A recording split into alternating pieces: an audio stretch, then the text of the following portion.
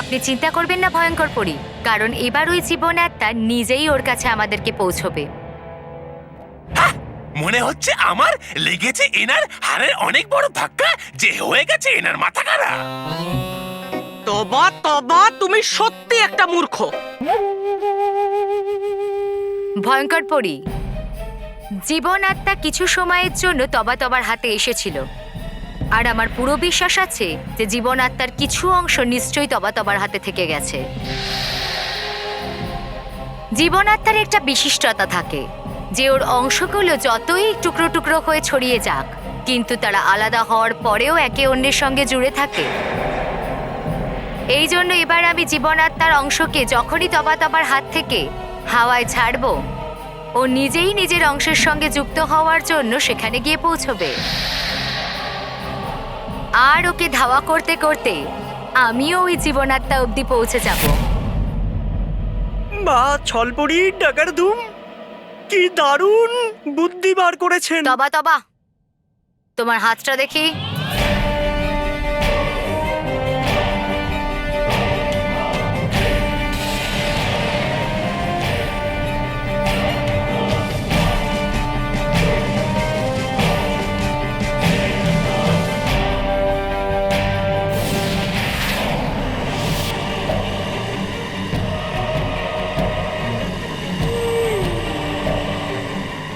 তুমি যেখানে খুশি লুকিয়ে নাও এই জীবন আত্মাকে বালবীর, কিন্তু ছলপরি ওই পর্যন্ত পৌঁছেই যাবে, আর এইবার খারাপ অমর হবে।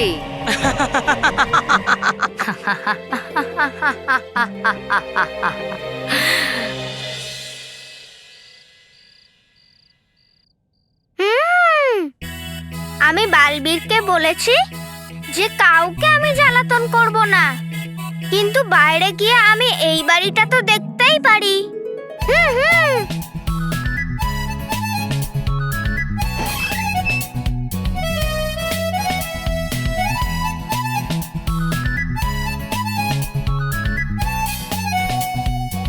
এখানে তো অনেক অন্ধকার, কিন্তু এই জায়গাটা পরিলোকের থেকে আলাদা মনে হচ্ছে।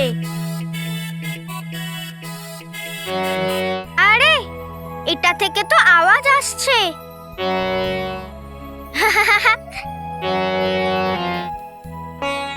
বাবা, মজা হচ্ছে খুব।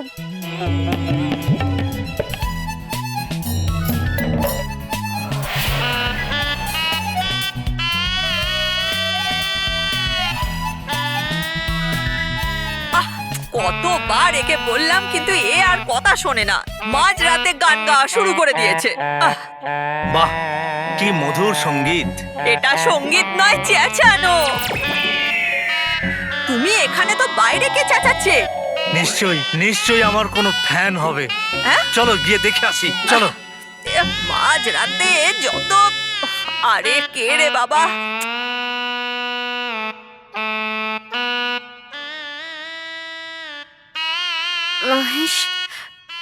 মহেশ, বাবা তো সঙ্গীতের ভক্ত হয়ে গেছেন। আরে বাবা, এই রাতে বাবা পুজো করার জন্য আমাদের ঘুম কেন নষ্ট করছে বলো তো? সেটা তো বাইরে গেলে বোঝা যাবে। চলো চলো চলো। যাচ্ছি তো। আরে, এটা আবার কি আওয়াজ হচ্ছে? নিশ্চয়ই দাদু প্র্যাকটিস করছে। আর হ্যাঁ মেহের, আর তুই তোর নতুন বন্ধুকে বলে দে যেন এইসব শুনে ভয় না পায়। হ্যাঁ, এক্ষুনি বলছি।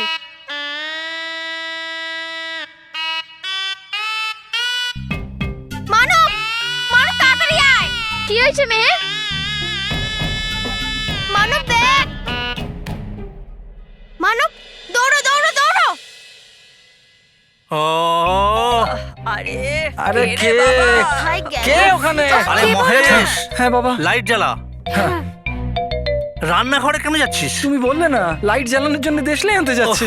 হে ভগবান, মহেশ, লাইট চালু কর।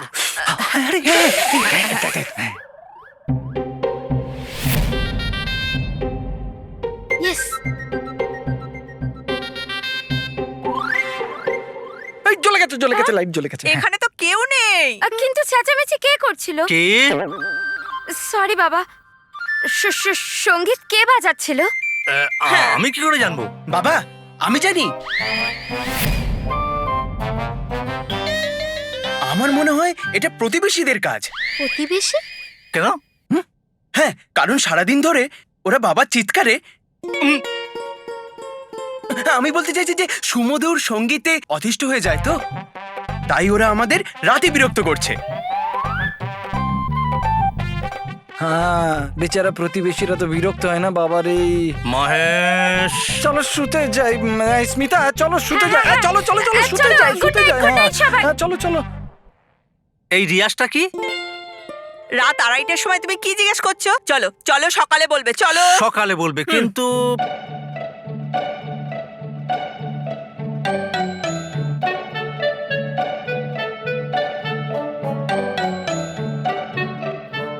বন্ধু, তোমার এরকম বেরোনো উচিত হয়নি। হ্যাঁ, নাহলে সবাই জানতে পেরে যাবে যে তুমি আমাদের কাছে আছো। আর বালবীর বলেছে না যে কেউ যেন জানতে না পারে যে তুমি আমাদের কাছে আছো।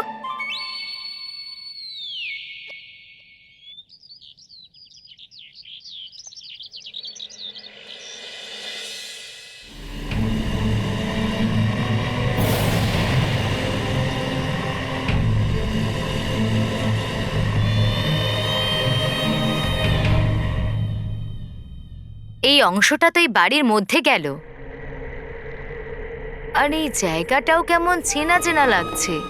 ছলপরি, এটা হলো মানব আর মেহেরের বাড়ি। তার মানে বালবীর ওর পছন্দের মানব আর মেহেরের বাড়িতে জীবনাত্মাকে লুকিয়েছে। হ্যাঁ, এবার আমি ওই বাড়ির ভেতর যাব আর খুব সহজেই জীবনাত্মাকে খুঁজে নিয়ে আসব।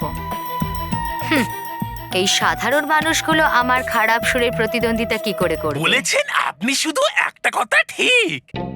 একটা কথা কি? এই যে আপনার সুর হলো খুব খারাপ, হুম, বেসুরো। তবা তবা। বালবি কোথায়? কেন উড়ে গেল তো আপনার মুখের রং শুধু নাম শুনেই? তাহলে ভাবুন ছলপুরি, যদি দেখে নেয় বাড়ির লোকেরা আপনাকে এইভাবে এইরকম পোশাকে, তাহলে ডেকে নেবে বালবীরকে সঙ্গে সঙ্গে, আর তারপর করবে বালবীর আপনার সুরের 12টা 5। তানাকতে তাক দিন, তানাকতে তাক দিন, তানাকতে। চুপ করো। আমি এভাবে ভেতরে যাব না, বরং রূপ পাল্টে ভেতরে যাব।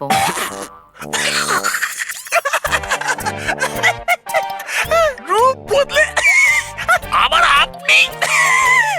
তুমি কার ওপর হাসছো? আপনার উপর। আবার কার? মানে গেছেন ভুলে আপনি ঢুকেছিলেন রূপ বদলে আগের বার এই বাড়িতে? তখন হয়েছিল কি আপনার সুরতালের বাজে অবস্থা? আরে এ তো বিদ্যুতের ঝটকা। না না, চলুন চলুন আমার সঙ্গে, আসুন আমার সঙ্গে। বোকা তবা তবা। ছলের ছলকে ধরে ফেলতে এখনো অনেক দেরি আছে। আমি শীঘ্রই বাড়ির ভেতরে ঢোকার অন্য ধুন ভেবে নেব, কিন্তু এইবার জীবনাত্মাকে আমি কবজা করেই ছাড়ব। বালবীর, আমরা সমস্ত পরীরা বিচিত্রগুপ্ত মহাশয়কে খোঁজার জন্য প্রস্তুত। হ্যাঁ, আমিও প্রস্তুত মা। আর আমরা সবাই বিচিত্রগুপ্তকে খোঁজার জন্য আলাদা আলাদা যাব। আলাদা আলাদা কেন? হ্যাঁ বালবীর, আমরা যদি একসাথে থাকি আমাদের শক্তিও বেশি হবে। হ্যাঁ, এই প্রশ্ন শক্তিকে নিয়ে নয়, বরং সময়ের। আর আমাদের কাছে সময়টাই কম। আর আমরা এটাও জানি না যে ছলপরি বিচিত্রগুপ্তকে কোথায় লুকিয়েছে। দেখো, আমার মনে হয় বালবীর একদম ঠিক বলছে। আমরা যদি আলাদা আলাদা যাই তাহলে বিচিত্রগুপ্ত মহাশয়কে তাড়াতাড়ি খুঁজতে পারবো, ওনাকে বাঁচাতে পারবো। তাহলে ঠিক আছে, আমি ভয়ানক লোকে যাব, আর আপনারা সকলে মিলে বিচিত্রগুপ্তকে খোঁজার জন্য ছল লোকে যান।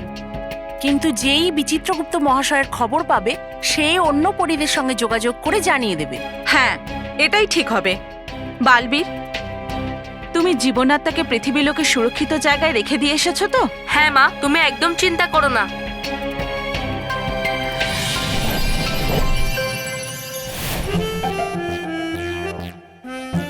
মেহের, তুই কিছু পেলি? না, আমিও কিছু পাইনি। তুই কিছু পেলি? না।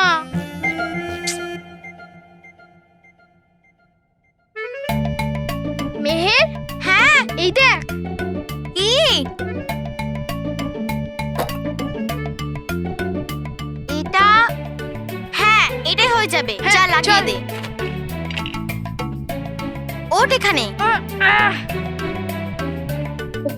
আয় আয় নিচে আয়। এই নে মানব, নে আমি খেল না, নে চল।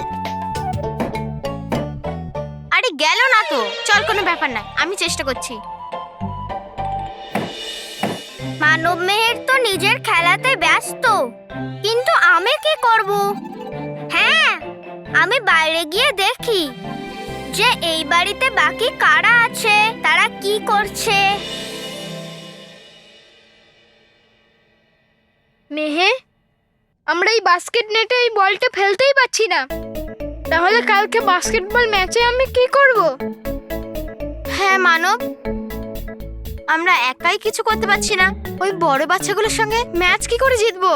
হ্যাঁ মেহে, আমি কি বলি, আমরা বরঞ্চ এই ম্যাচটা ক্যান্সেল করে দিই। হ্যাঁ, না, আমরা যখন চ্যালেঞ্জ নিয়েছি তাহলে ওটা আমাদের পুরো করতেই হবে, তাতে ওর রেজাল্ট যাই হোক, তাই না? এর জন্য আমি কিছু ভাবছি, বুঝলি? হ্যাঁ, মানব তাড়াতাড়ি আয়। আমাদের বন্ধু আবার কোথাও চলে গেল, চল দেখি। হ্যাঁ।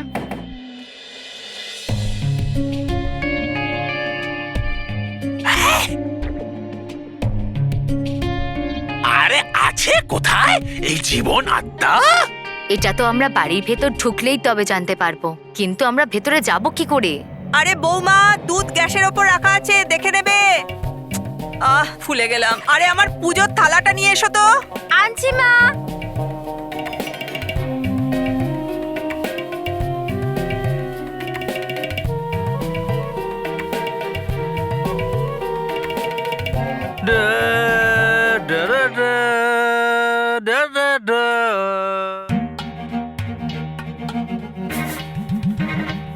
এই জীবন আত্মা, আছো কোথায় তুমি?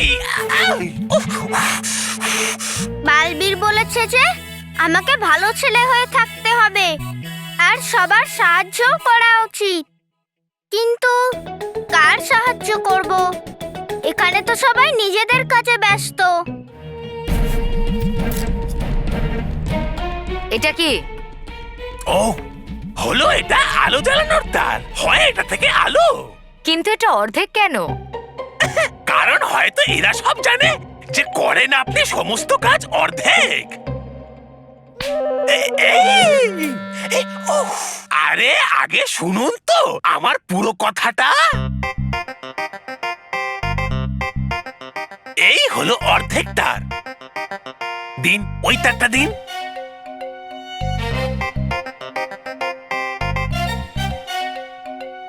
নিন, হয়ে গেল এটা, এবার গোটা একটা তার।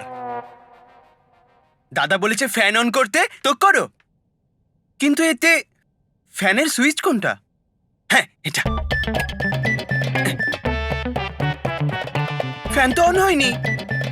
কোনো ব্যাপার না, সব সুইচ অন করে দিই, কোনো একটা তো হবে।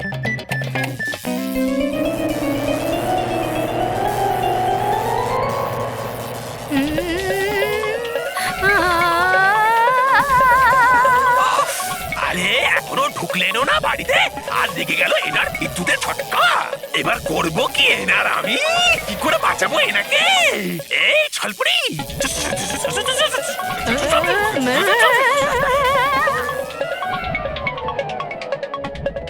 রকি, তোকে বলেছিলাম পাখাটা চালাতে, একটা সুইচ অন করতে, তুই সব সুইচ অন করেছিস। কত ইলেকট্রিসিটি ওয়েস্ট হয়।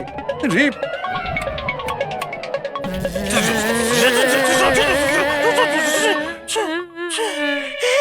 বলেছিলাম আপনাকে ছলপুরি যে চলে যায় ফেরত। না, আমি জীবন আত্মাকে এখান থেকে না নিয়ে কোথাও যাব না। হ্যাঁ, তাতে আমাদের দুজনের প্রাণটাও না বেরিয়ে যায়।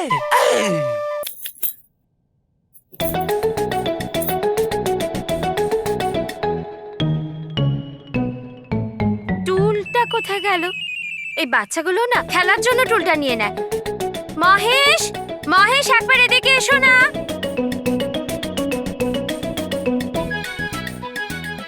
এই কৌটো উঁচুতে রাখা।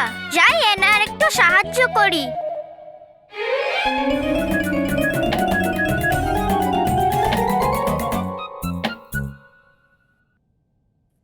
এটা কি করে হলো?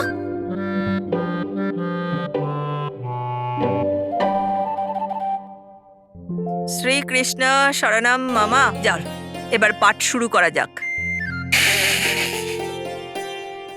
শ্রীকৃষ্ণ গোবিন্দ হরে মুরারি হে নাথ হ্যাঁ রকি বাবা, হ্যাঁ মা। এই ঘন্টাটা বাজিয়ে দে তো, আমি পাঠ করে নি। হ্যাঁ মা, এক্ষুনি ঘন্টা বাজিয়ে আসছি। আমি এক্ষুনি গিয়ে দরজার ঘন্টা বাজিয়ে আসি, মজা হবে। আরে দরজার ঘন্টা নয়, মন্দিরের ঘন্টা বাজাতে বলেছে।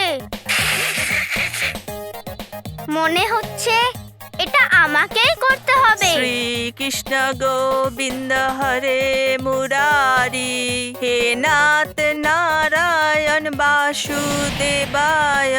শ্রীকৃষ্ণ গোবিন্দ হরে মুরারি হে নাথ নারায়ণ বাসুদেবায়। আরে বা রকি বাবা, না থেমে ভালো ঘন্টা বাজিয়েছিস তুই।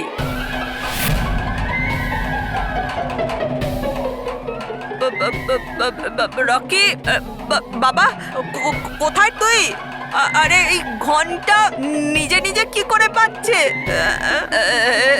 হরে কৃষ্ণ হরে কৃষ্ণ হরে হরে কৃষ্ণ হরে কৃষ্ণ হরে কৃষ্ণ হরে কৃষ্ণ হরে হরে কৃষ্ণ হরে কৃষ্ণ হরে কৃষ্ণ হরে কৃষ্ণ হরে কৃষ্ণ হরে কৃষ্ণ হরে কৃষ্ণ।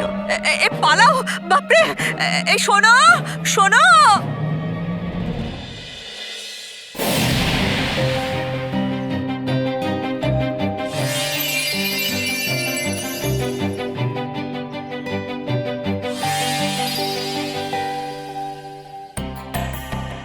আমরা ভয়ঙ্কর লোকের কোনায় কোনায় খুঁজেছি, কিন্তু বিচিত্রগুপ্ত মহাশয়কে কোথাও পেলাম না।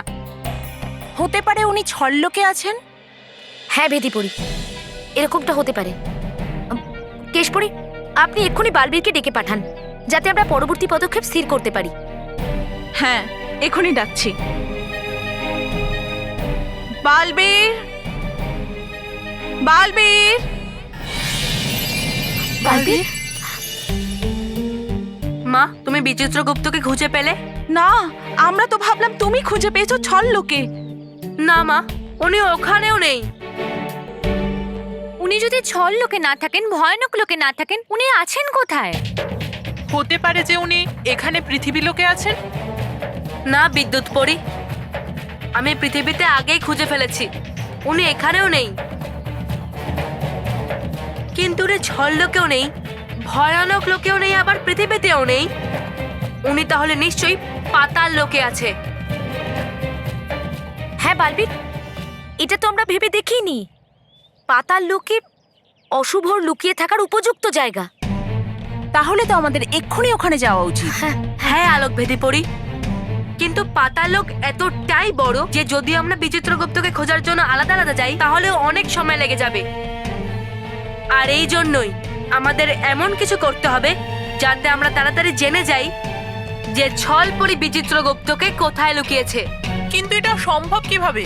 হ্যাঁ, আর এরকম কে আছে যে বিচিত্রগুপ্ত মহাশয়কে আমাদের আগে খুঁজে নেবে? সাদা ইঁদুর। সাদা ইঁদুর? হ্যাঁ, পাতাল লোকে গিয়ে বিচিত্রগুপ্তকে খোঁজার এই কাজ আমাদের হয়ে এই সাদা ইঁদুরই করবে। কিন্তু সাদা ইঁদুরে কেন? কারণ ওরা খুব ভালো মাটির মধ্যে গিয়ে সুড়ঙ্গ করতে পারে, আর তাও আবার তাড়াতাড়ি। আর খুব অল্প সময় ওরা পাতাল লোক পুরো খুঁজে ফেলবে আর বলতে পারবে যে বিচিত্রগুপ্ত কোথায় আছে। তাহলে দেরি কিসের জন্য বালবীর? যত শীঘ্র সম্ভব তুমি তোমার বন্ধু সাদা ইঁদুরদের ডাকো।